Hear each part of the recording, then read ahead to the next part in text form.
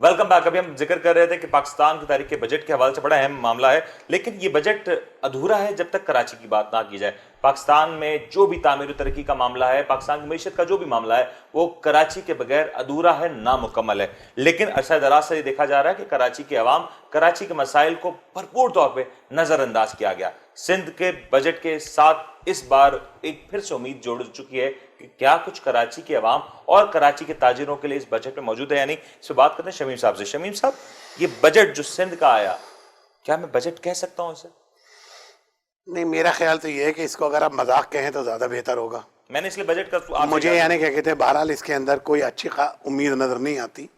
अव्वल तो ये कि ट्रस्ट खत्म हो गया है पीपल्स पार्टी की गवर्नमेंट के ऊपर, लोगों का ट्रस्ट, खास तौर से कराची वालों का, कि जिस तरह से उनको हर जगह पे महरूम रखा जाता है। सर, पीपल्स पार्टी वाले कह रहे हैं हमने NA 249 का इंतखाब जीत लिया, आज हर तरफ हमारी इलेक्शन में जीते हो रही हैं, और आप कह रहे हैं ट्रस्ट खत्म। बस जिस तरह से जीता है वो भी सबके इल्म में है, और जिस तरह जीते जाते हैं वो भी सबके इल्म में है। मैं समझता हूँ कि भाई इसके ऊपर हम, ये तो बहुत लंबा वक्त चाहिए इसके ऊपर बहस करने के लिए, लेकिन हाँ, हकायक पे अगर आप आन के नज़र डालें तो अभी जो वज़ीर आला साहब ने बजट पेश किया है, मुझे बड़ी हैरत है कि उन्होंने किस इख्तियार के तहत मिनिमम वेजेस जो हैं वो मुकर्रर किए हैं कि जी 25,000 रुपये महीना मिनिमम वेजेस होंगी, यानी मिनिमम सैलरी होगी, जबकि इसके लिए एक बोर्ड मुकर्रर है, गवर्नमेंट का एक बोर्ड बना हुआ है, मिनिमम वेजेस बोर्ड, और उसमें तय होती हैं ये चीज़ें। मिनिमम वेज वज़ीर आला का काम ही नहीं है। इसके अंदर ये वज़ीर आला का दायरे इख्तियार में नहीं आता? नहीं, बिल्कुल नहीं आता जी। मैं आपसे अर्ज करूँ, ये उन्होंने सिर्फ पॉलिटिकली हासिल करने के लिए ये सारी बात की है, तकरीर है पॉलिटिकली, इसके अलावा और कुछ भी नहीं। ये 2 दिन में वेव हो जाएगा, ख़त्म हो जाएगा मामला। अगर ये नहीं करेंगे तो कोर्ट करेगी इसको बाकायदा, क्योंकि इनका इख्तियार ही नहीं है। सवाल ये है कि इन्होंने अपनी जेब से थोड़ी देनी है, जिसने देनी है पहले उसकी रजामंदी तो लो। सबसे पहले अपने रीजन में तो देखो। आपका इतना दिमाग ही नहीं है कि आप अपने पहले रीजन में देखो कि बांग्लादेश में क्या सैलरीज चल रही हैं, श्रीलंका में क्या सैलरीज चल रही हैं, वियतनाम में क्या सैलरीज चल रही हैं। जब उन सैलरीज को आप मिनिमम, इंडिया में क्या चल रही हैं, जब आप ये देखोगे। सूबों में भी सर, मैं वही अर्ज कर रहा हूँ। अभी तो फिर मैं पहले बाहर से, फिर उसके बाद अंदर आ रहा हूँ। और सबसे पहले अपने सूबों में देखो, 25 किलोमीटर दूर हब का इंडस्ट्रियल एरिया है। ये आपकी इजाज़त से तो थोड़ा सा एक मैं उठाता हूँ मसला कि देखिए, यहाँ तो सूबे की हद तक तो ये ठीक है, आप कह रहे हैं कि वेज बोर्ड करता है और ये ऐसा नहीं करना चाहिए, लेकिन ये चीज़ तो फेडरल में भी हुई है सर जी। फेडरल में कौन आप पहले सुन तो लें हुजूर। जी जी, आप समझे नहीं है मेरे अच्छा इस बात को। देखिए, तनख्वाहें बढ़ाना एक अलग चीज़ है कि सरकारी मुलाजिम है, उन्होंने आपने 20% बढ़ाई, आपकी इख्तियार है, आप बढ़ाइए, आपका बजट इजाजत देता, आप बढ़ाइए। बात मिनिमम वेज की हो रही है यार। 17,000 रखे हैं, उन लोगों ने भी रखे हैं, फेडरल वालों ने भी एक लाइन। मेरी बात तो सुन ले, उन्होंने 20,000 की है। हाँ, 17,500 से उन्होंने 20,000 किए हैं, ये 25,000 पे चले गए हैं। सवाल ये है कि यहाँ से सारी इंडस्ट्री शिफ्ट हो जाएगी। पहले ही ऑलरेडी 30,000 फैक्ट्रीज तकरीबन छोटी SMEs की वो शिफ्ट हुई हैं पंजाब, सिर्फ इस वजह से कि वहाँ एक तो वहाँ पर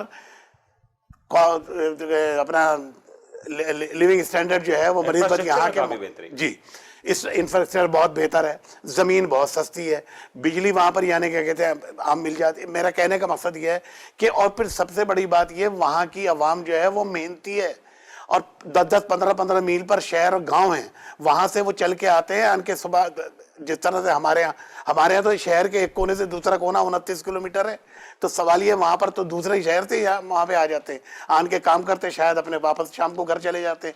यहाँ पर 120 मील के बाद दूसरा शहर है, तो उसके बाद यहाँ पर जो आता है वो यहाँ पर फिर एक घर और लेता है। जब एक घर वहाँ उसका चल रहा होता है, एक घर यहाँ और लेता है, उसकी वजह से उसकी हमें तनख्वाहें बढ़ती देनी पड़ती हैं। तो मेरा कहने का मकसद है, वहाँ लेबर सस्ती है, वहाँ पे सब कुछ, तो वहाँ पे तो 20,000, तो यहाँ से 1 मिनट में सारी इंडस्ट्री शिफ्ट हो जाएगी। 10-10 हज़ार मुलाजिम है एक मिल के अंदर। आप क्या चाह रहे हैं? ये अनस्किल्ड लेबर का जो मिनिमम वेजेस होती है, वो मिनिमम वेजेस बोर्ड उसको अनाउंस करता है, और हमारा ये तय हो गया था अभी उनसे 3 महीने पहले, जिसके मिनट्स मौजूद हैं बाकायदा, और वो नाफिज होना था को 1 जुलाई से, कि 17,500 से 19,000 कर दिए जाए। और उस बोर्ड के अंदर, गवर्नमेंट का बोर्ड है वो, उसके अंदर दोनों के नुमाइंदे मौजूद होते हैं, एम्प्लॉयज के भी, एम्प्लॉयर्स के भी। शमीम साहब, मैं अगर आपकी बात को ठीक समझ जाऊं कि इस अनाउंसमेंट के बाद क्या ये ऐन मुमकिन है कि कराची से मुत्तसिल जो इंडस्ट्रीज हैं, उनके जो वर्कर्स हैं, احتجاج بھی جا سکتے ہیں؟ کیونکہ آپ جو منیمم ویج کا قانون ہے اگر وہ لاگو نہیں کیا گیا تو وہ یقینی طور پہ اسٹرائکس پہ جائیں گے, وہ یقینی طور پہ لاک ڈاؤن کی صورت کا فائدہ اٹھائیں گے. نہیں, میں آپ کو بتا دوں, لیبر بھی سب سمجھتی ہے, لیبر کو سب پتا ہے کہ بھئی یہ سارا خالی صرف انہوں نے پولیٹیکل اسٹینڈ اپنی یعنی پولیٹیکل ایج لینے حاصل کرنے کے لیے یہ اناؤنس کیا ہے, ورنہ اس کی کوئی حقیقت نہیں ہے.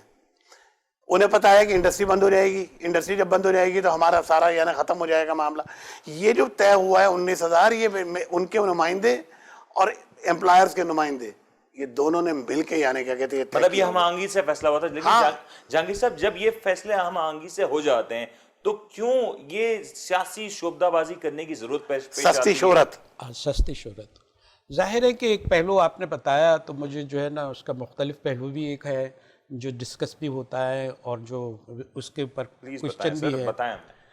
وہ یہ ہے کہ دیکھیں انڈسٹریلسٹ جو ہوتے ہیں, جو انڈسٹری چلا رہے ہوتے ہیں, ان کا مسئلہ یہ ہوتا ہے کہ وہ اتنی ویجز اتنی کم دیتے ہیں, اتنی ظالمانہ دیتے ہیں, جس کے نتیجے میں یہ ہوتا ہے کہ لوگ جو انڈسٹری یا ملز جانا چھوڑ دیتے ہیں, چھوٹے چھوٹے یونٹس قائم کر دیتے ہیں, کرانہ دکان کھول لیتے ہیں, پنکچر کی دکانیں کھول لیتے ہیں, مشینیں ڈال لیتے ہیں چھوٹی چھوٹی, اس لیے ایک جنگل جو ہے وہ شہر بن جاتا ہے اور جو ہے وہ انڈسٹری بھی فلورش نہیں ہوتی, پنپتی نہیں ہے.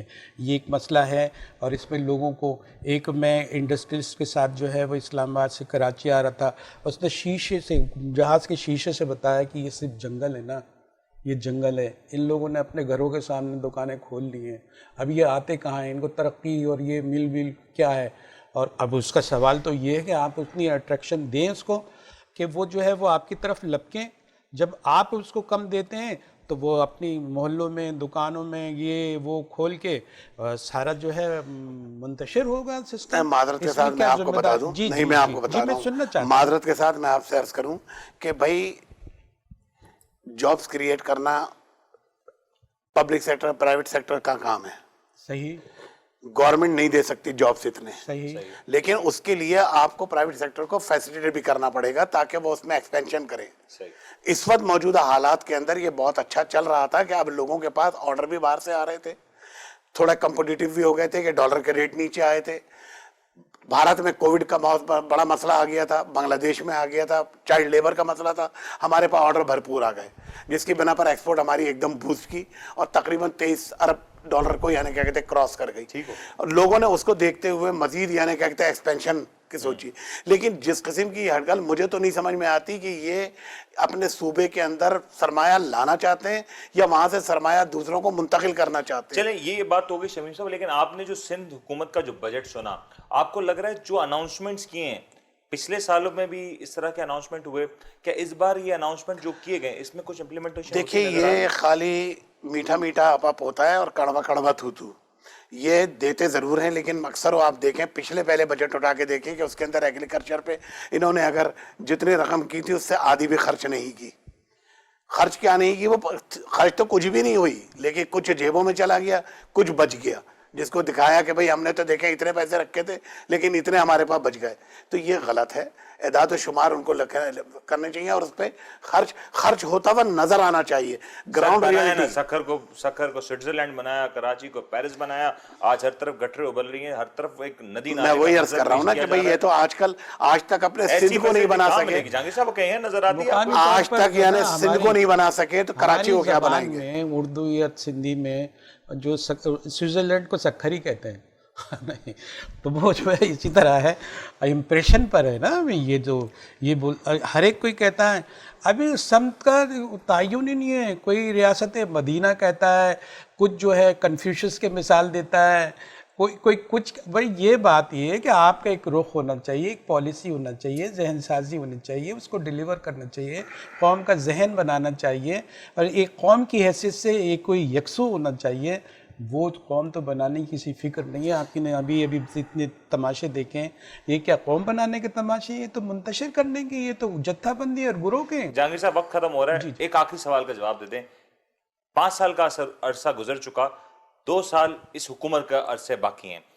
میں 5 سال کا عرصہ جس حوالے سے کہہ رہا ہوں وہ ہے کراچی کی اورنج لائن, میٹرو لائن, جو بس سروسز کا جو خواب دکھایا گیا تھا. یہ 2 سال اس حکومت کے اندر یہ پروجیکٹس مکمل ہو جائیں گے, ہاں یا نا؟ ایک چھوٹا مختصر جواب. دیکھیں ایک بات یہ, جب प्लानिंग होती है ना, प्लानिंग, एक चीज़ प्लानिंग होती है, उसके नतीजे में कहा जा सकता है कि ये होगा या नहीं होगा। जब प्लानिंग ही नहीं तो आप कैसे कह देंगे कि हो जाएगा? क्या ख्याल है आपका? नहीं, मैं इसका जवाब आपको देता हूँ। देखिए, जहाँ तक विफाक का मामला है, उसने ग्रीन लाइन को तो वो कंप्लीट कर देंगे इस साल में, वो डेफिनेटली चल पड़ेगी। लेकिन मजे की बात यह है कि जो सिंध गवर्नमेंट ने आज से 3 साल पहले orange line, red line, blue line, ये सारी, उसका तो कोई तस्करा ही नहीं है नए बजट के अंदर। ना उसके लिए आज तक कोई रकम मख्तस की गई, ना उसके लिए कोई काम किया गया। कहीं काम आपको होता हुआ नजर आया? पैकेज मुझे कुछ भी याद नहीं पड़ता हुआ। है, बिलावल भुट्टो साहब ने कुछ अनाउंस तो किया था कुछ अर्सा पहले। देखिए, अनाउंस करना और चीज होती है, अमल करना और चीज होती है। हमें अमल कहीं नजर नहीं आया, और इस मर्तबा तो बजट के अंदर उसका तस्करा ही नहीं है कुछ भी। शमी साहब का बहुत बहुत शुक्रिया, जहांगीर साहब आपका भी बहुत बहुत शुक्रिया। यकीनी तौर पे एक मुश्किल सूरत हाल है इस वक्त। अगर बात करें पाकिस्तान के बजट के लिहाज से, तो पाकिस्तान का वफाकी बजट हो या सूबा सिंध के हवाले से जो बजट के मामला हैं, ये तमाम तर मामला अभी तक महज किताबों के अंदर मौजूद हैं।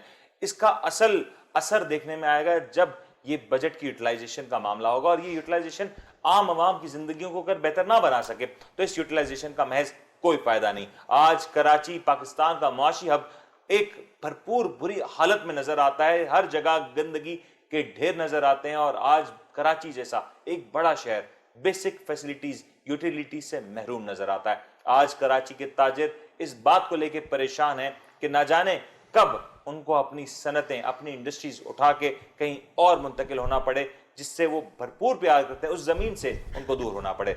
ये बड़ा एक अहम सवाल है।